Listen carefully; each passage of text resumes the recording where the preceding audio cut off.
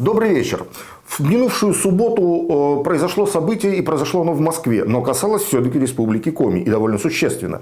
Дмитрий Медведев рекомендовал действующего главу Республики Коми Владимира Уйбу на должность руководителя регионального отделения партии «Единая Россия». Дмитрий Медведев, естественно, как председатель партии. Это произошло с еще 11 главами субъектов федерации, они тоже рекомендованы в своих регионах на те же самые партийные должности. Ну, в условиях этой партии председатель партии рекомендовал, означает, что республиканская конференция избрала. Так что мы будем говорить о Уйбе как уже действующем главе регионального отделения партии. До сей поры вообще-то ни один глава республики не брал на себя эту партийную нагрузку, потому что при всей, может быть, ее символичности, а не реальности, тем не менее приходится отвечать и за это дело, тем более партия правящая.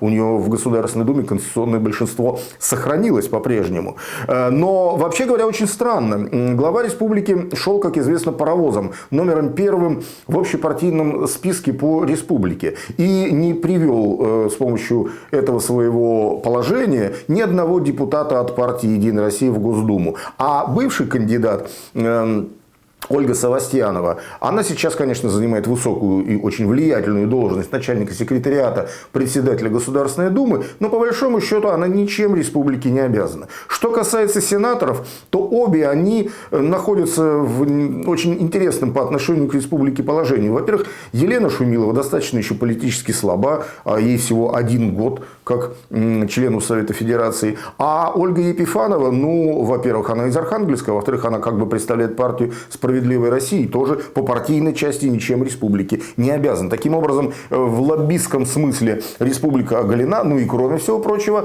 подразумевается, что главе, наверное, надо еще и в виде себя выставить противовес действующему депутату Госдумы, коммунисту Олегу Михайлову.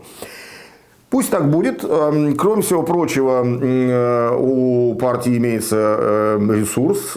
Конечно, он несопоставим с государственным ресурсом, с бизнес-ресурсом, с центральным московским ресурсом, но все-таки ресурсы и материальный, а самое главное человеческий, информационный и сетевой. Я не исключаю, что кто-то около Владимира Уйбы положил глаз и на это обстоятельство.